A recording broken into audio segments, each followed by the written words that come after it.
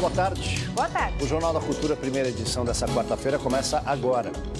O Supremo Tribunal Federal decide hoje se pode afastar parlamentares investigados. Brasil atinge maior índice de assassinatos de adolescentes já registrado. Dados são do Fundo das Nações Unidas para a Infância. A qualidade do sono é um dos principais desafios para que adolescentes mantenham o foco nas atividades e a memorização na escola. Pelo segundo dia, tropas do Exército ocupam a comunidade da Rocinha, no Rio de Janeiro, no combate ao tráfico de drogas. Impasse na Espanha, governo catalão decreta independência, mas volta atrás e pede diálogo com Madrid. E a definição das vagas sul-americanas para a Copa da Rússia no ano que vem.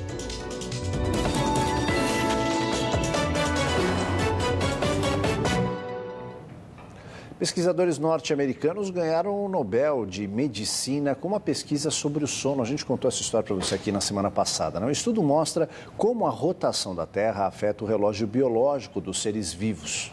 No caso dos humanos, quanto melhor é a qualidade do sono, mais fácil fica para aprender e manter o foco nas atividades do dia a dia.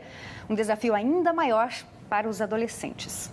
Na primeira aula do dia, às 7 horas da manhã, muitos alunos contam que ainda não despertaram para valer. Alguns até deitam na carteira. Até no carro eu venho dormindo. Eu não consigo, eu não tenho muito disposição de manhã, não. Para a maioria, acordar cedo é um sacrifício. Eu acho que dá para dormir mais um pouco, só que muitas vezes eu acabo chegando muito atrasado e não consigo entrar. A gente não consegue prestar atenção na aula, isso dificulta muito o aprendizado. A regulação dos horários do sono é o exemplo mais óbvio da importância do ritmo circadiano para o funcionamento do organismo humano. Ao longo de um período aproximado de 24 horas, genes regulam a liberação do hormônio melatonina. Durante a noite, no escuro, os níveis aumentam e, com a claridade, baixam. O relógio biológico é responsável pelas variações diárias no metabolismo e sua alteração crônica está relacionada com graves doenças. Pesquisas recentes mostraram que o sono é fundamental para que o cérebro possa se reorganizar. E a falta dele pode causar impactos nas áreas responsáveis pela aprendizagem e pela memória. Existe um remodelamento das células do cérebro em termos de transformá-la em mais ativa, abrindo caminho para aprendizado, abrindo caminho para juventude do cérebro. Nos adolescentes, dormir menos horas do que o necessário pode ser ainda pior. Você não dorme porque está no computador, no WhatsApp, conectado. Você tem uma explosão de informações no cérebro dessa pessoa. Na verdade, não é pelo fato de acordar mais cedo, mas é o fato de dormir pouco, é o fato de ter pressões constantes e uma descarga enorme de informações e ativação do cérebro de vários momentos. Amanhã começa o feriado prolongado de Nossa Senhora Aparecida e quem pode já começa a viajar hoje. Repórter Adriana Cimino traz outros detalhes para a gente. Olá, Adriana, boa tarde. Oi, Ana, boa tarde para você, boa tarde para todo mundo. Espera-se que quase 700 mil passageiros passem pelos 3 terminais rodoviários aqui e os piores períodos são a noite de hoje e amanhã de amanhã.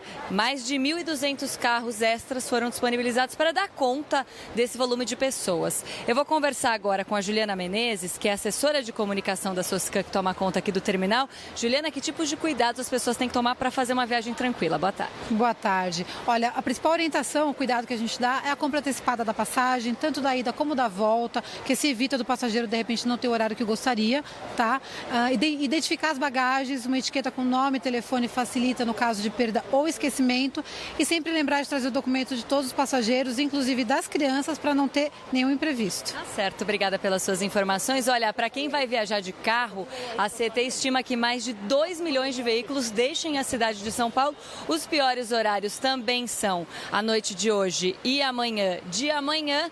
E o rodízio está suspenso, mas só a partir de amanhã. Nessa quarta-feira ele está valendo. E atenção, com a volta do feriado no domingo, o horário de verão passa a vigorar na madrugada de sábado para domingo. Você vai ter que adiantar 1 hora do seu relógio, então cuidado para não perder e atrasar aí a sua viagem, Ana.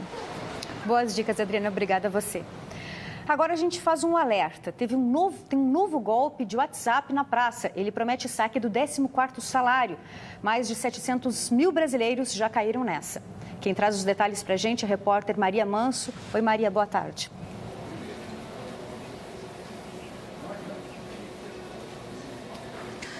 Oi, Ana, boa tarde para todo mundo. Pois é, não existe almoço grátis, essa máxima continua valendo. Nessa nova mensagem que esconde um golpe, as pessoas recebem a promessa do 14º salário desde que cliquem num link, preencham com informações pessoais e ainda por cima repassem esse link para mais 10 amigos pelo mesmo WhatsApp. A gente vai conversar com o Agessandro, que é professor aqui na FIAP e já defendeu tese sobre esse tipo de golpe. Agessandro, os golpistas estão se sofisticando, agora eles querem que você ainda leve seus amigos juntos para o buraco? Sim, é uma forma de você conseguir distribuir com mais velocidade e dar veracidade, sendo essa mensagem vindo de algum conhecido. Mas mesmo essa forma, você não deve preencher informações e sempre perguntar para esse amigo se aquilo que ele enviou, né, ele vai confirmar que é verdadeiro, mas desconfie de mensagens que prometem carros, prêmios, dinheiro, né, porque as empresas não procuram as pessoas por esses caminhos. Quem recebeu a mensagem, clicou e eventualmente colocou as informações, o que essa pessoa pode fazer agora? Precisa saber que tipo de informação foi preenchida, né? Quando for dados bancários, ela precisa procurar o banco, trocar a senha. Se são informações de seguro social, né, procurar o INSS, ficar atento para ver se alguma coisa cai no benefício dessa pessoa, né, algum desconto. E quando for informações de celular, de telefonia, procurar a operadora para saber se essa informação foi adicionada a algum pacote de mensagens, alguma coisa no sentido de que prejudique o cliente com relação ao pagamento. E não cair mais, né? E não cair mais, não preencher informações pessoais nunca. Muito obrigada, Agessandro. É isso, Ana. Então, se clicou, tem que correr atrás agora do prejuízo. Obrigada, Maria. E boa lembrança, não existe almoço grátis. Aldo? Um dia depois de realizar a ação de varredura e deixar a Rocinha, as Forças Armadas retornaram à comunidade hoje cedo. De acordo com o Comando Militar do Leste, a operação desta quarta-feira é um desdobramento da realizada ontem e os militares devem deixar a Rocinha ainda hoje. 600 integrantes das Forças Armadas se concentram em São Conrado em apoio às polícias militar e civil na busca por armas, drogas e traficantes. Na terça-feira, as operações se restringiram ao bairro da Gávea e houve confronto entre militares e criminosos. Ontem também foi presa a parceira do traficante Antônio Bonfim Lopes, dia 29. O brasileiro está descrente com os políticos. Até aí, nenhuma novidade. Pois é, mas uma pesquisa da Fundação Getúlio Vargas revela que, apesar da maioria não confiar em quem está no poder, também acredita que a saída para a crise está nas próximas eleições. Mariângela precisou se reciclar nos últimos anos. Ela trabalhava com moda, mas viu os clientes fecharem as portas por causa da crise. Agora ela é designer gráfica e trabalha em casa. Eleitora desde os 17 anos, acha que os políticos também precisam se reinventar, como ela mesma fez. A renovação ela não tem que ser só de pessoas novas, mas de ideias novas. Porque as pessoas novas com ideias velhas não vai conseguir mudanças de fato. Uma pesquisa feita pelo IBOP a pedido da Fundação Getúlio Vargas mostra que a falta de credibilidade e de confiança nos políticos tomou conta dos brasileiros. Quase 80% dos entrevistados não confiam nem nos eleitos e nem nos partidos que estão no poder. A palavra da vez é renovação. Mas renovar o quê e como? Quando o eleitor diz renovação dos quadros, eu interpreto como uma maior eficiência do sistema representativo. Porque o parlamento brasileiro, se você pegar a Câmara dos Deputados, é uma Câmara com um alto grau de renovação dos nomes. Ela está lá por volta de 35% a 40% de taxas de renovação a cada 4 anos. E isto não necessariamente produziu uma Câmara dos Deputados melhor. Por outro lado, diante das eleições do ano que vem, a maioria se mostra otimista. 83% tem esperança que o Brasil vai melhorar a longo prazo. 53% avistam dias melhores já nos próximos 5 anos. E para 65% dos entrevistados, a solução dos problemas vem pelo voto. O eleitor ainda confia nas eleições como um mecanismo de mudança. Se a nossa elite política não produz essa mudança, se a nossa elite política não produz essa revisão no seu modo de agir, o eleitor começa a abandonar essa esperança. Né? E se ele abandona essa esperança, a gente está fragilizando a democracia. E fragilizar a democracia pode ser, para uma parcela da elite política, né, a sua morte. A Comissão de Constituição e Justiça da Câmara deve votar na próxima quarta-feira o parecer do deputado Bonifácio de Andrada, que recomendou a rejeição à segunda denúncia contra o presidente Michel Temer.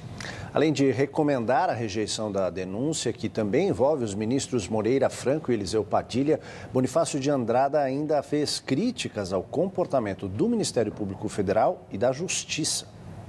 Bonifácio de Andrada, tucano de Minas Gerais, que na comissão ocupa uma vaga de outro partido, o PSC, levou pouco mais de 1 hora para ler o relatório sobre a segunda denúncia de Rodrigo Janot contra Michel Temer por organização criminosa e obstrução de justiça.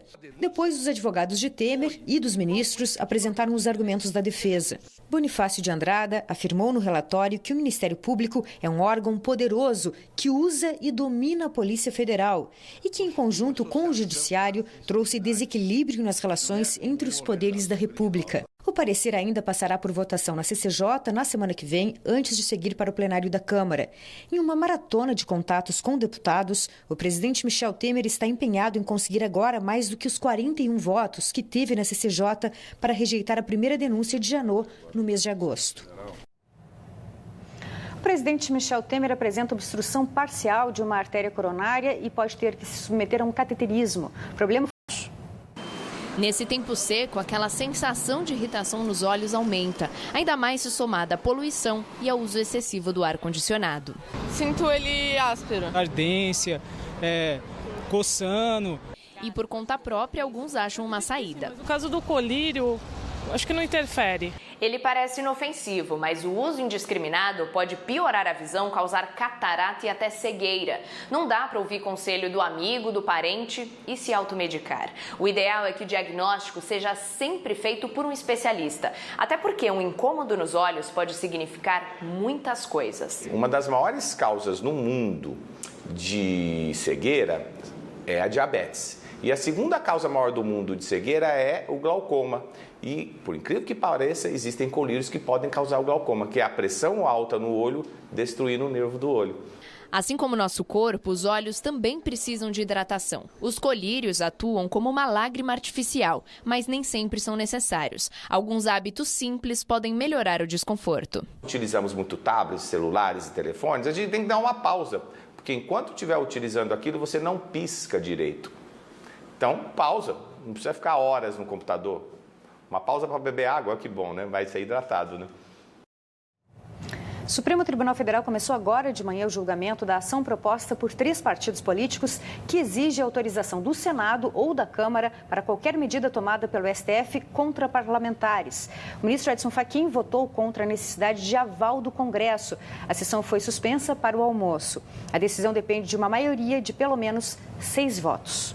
Os partidos alegam que a Constituição permite a punição de senadores e deputados no exercício do mandato apenas no caso de prisão em flagrante. A ação foi proposta no ano passado pelos partidos PP, PSC e Solidariedade. As legendas pedem que qualquer medida do Supremo contra parlamentares seja analisada pelo Senado ou pela Câmara em até 24 horas e só passe a valer com a autorização do Parlamento. A decisão interessa especialmente ao senador Aécio Neves. O tucano foi afastado do mandato e obrigado a entregar o passaporte e a permanecer em casa à noite por determinação da primeira turma do STF.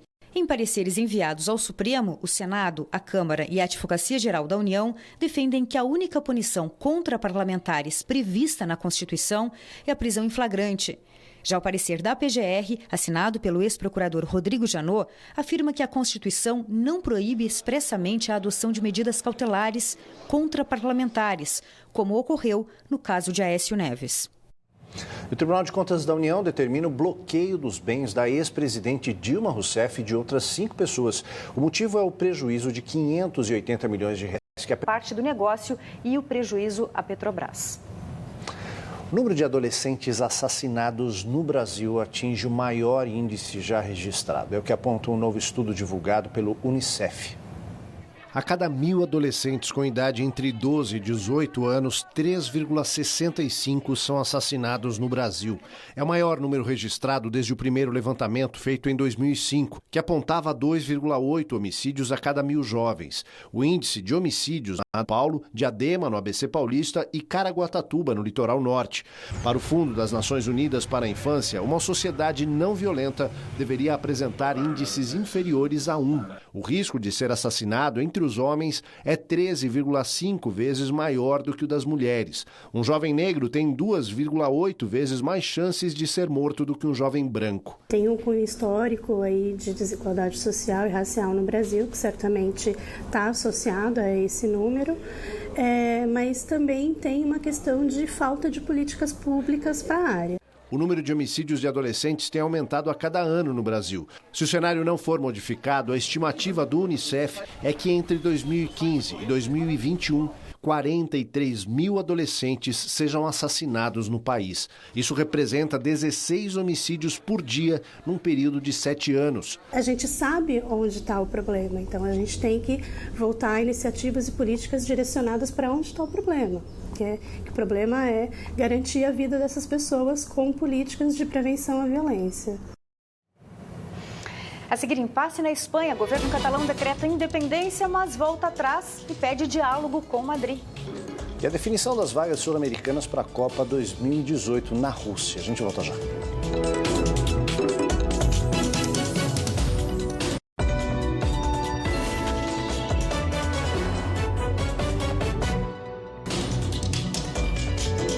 A Catalunha declarou independência da Espanha ontem, mas logo voltou atrás e pediu diálogo. Diante do impasse, Madrid colocou os líderes da região contra a parede.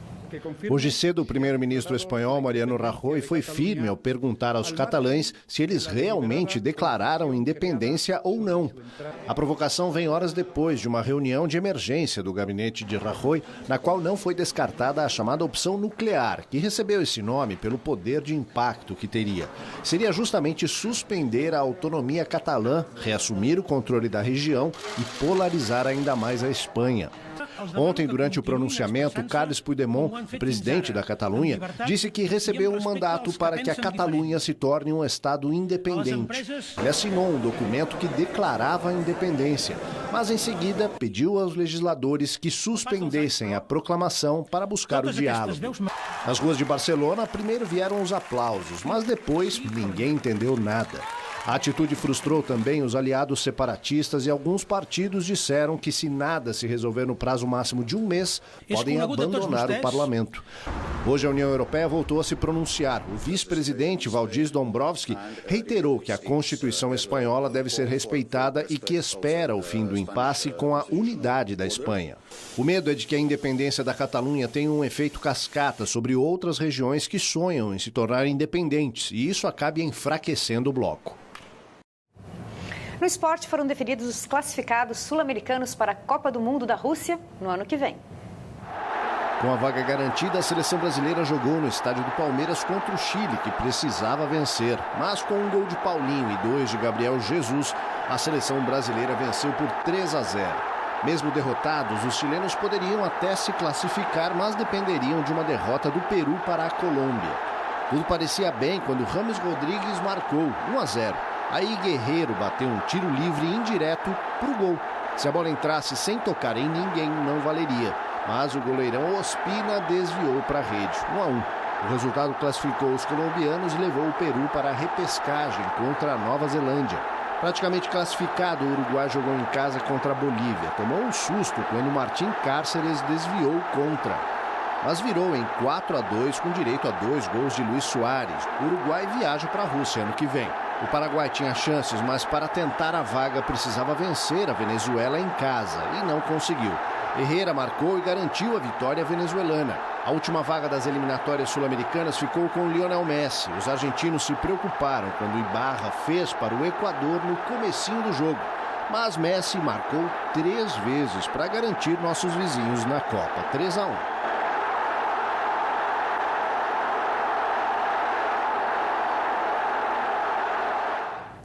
Um fotógrafo percorreu 6 estados para documentar como são as escolas públicas do Brasil. E o resultado mostra que, mesmo sem investimento, muitos diretores conseguem levar um aprendizado de qualidade para as crianças. É assim, rodeada de abraços, que a diretora Rosângela fica quando sai da sua sala. Há 14 anos, ela está na diretoria de uma escola estadual na Zona Oeste de São Paulo e conta que sempre investiu na proximidade com os alunos. Eu começo a minha rotina de trabalho dando um bom dia para as crianças. Isso eu faço todos os dias. Se acontecer alguma coisa, eu sempre digo para os pais, se acontecer, a primeira pessoa que vai te telefonar sou eu. Para Rosângela, o ponto mais gratificante em ser diretora é ver que muitos alunos se tornaram adultos de sucesso e trazem os filhos para estudar na mesma escola que eles. Mas ela conta que a caminhada também traz muitos desafios e tristezas. Nós temos crianças aqui que o pai e a mãe estão presos, nós temos crianças que nunca conheceram suas famílias, então essas crianças trazem sofrimento, elas dão demandas e esses casos eu procuro sempre puxar para perto de mim. Trazer, não para passar a mão na cabeça, mas tentar fazê-lo ver que ele pode ser a diferença. Relatos parecidos com o da diretora Rosângela estão no livro Ser Diretor, do fotógrafo Éder Chiodeto. O livro reúne fotografias e entrevistas de diretores de escolas públicas de 6 estados brasileiros. Foram 7 meses de viagem, quase 7.000 quilômetros percorridos para visitar 30 escolas em 27 cidades do Brasil. Um livro se desenvolveu em dois grandes capítulos. O primeiro é um ensaio fotográfico e no segundo momento são as entrevistas que eu fiz com esses 30 diretores, falando do dia a dia da gestão da escola pública. Éder conta que se encantou com a paixão e a dedicação dos diretores das escolas públicas, mesmo em meio a tantas dificuldades. Esses educadores, contra toda a diversidade que a gente sabe dos problemas de infraestrutura, de falta de verba, de investimentos na educação, eles precisam de muita criatividade e do apoio, muitas vezes, da comunidade, das famílias, para poder oferecer um ambiente escolar propício, né, para a aprendizagem. Jornal Cultura, a primeira edição termina aqui. Uma ótima tarde para você. Agora você acompanha o programa Panorama. Ótimo feriado e a gente se vê amanhã. Tchau.